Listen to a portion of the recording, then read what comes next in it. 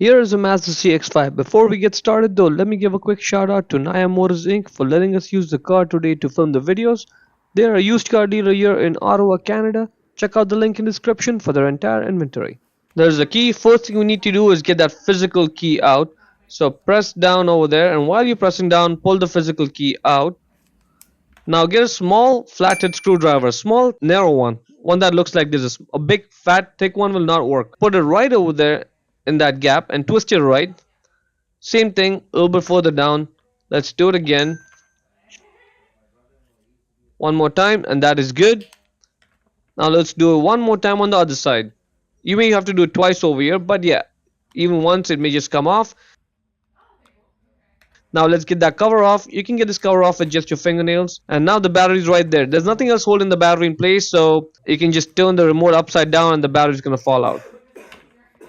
Let's take a closer look at the battery now. Now this plain side with nothing on it, that's the negative side. There's no markings, no nothing on it. On the other side, that's what the battery size is, 2025, and the plus sign which indicates the positive side. So get the new CR2025 battery and put it over there.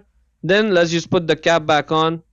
And when you put the cap back on, make sure you secure it properly. Make sure you press it down because that's the only thing that's keeping the battery in place and keeping it from moving around.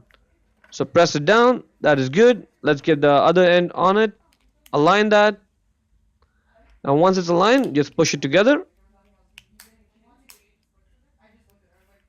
And that's good. Let's not forget to put the physical key back in, and let's go outside and try this out.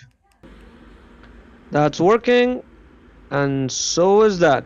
That's good. That's pretty much it. Hope you found the video useful.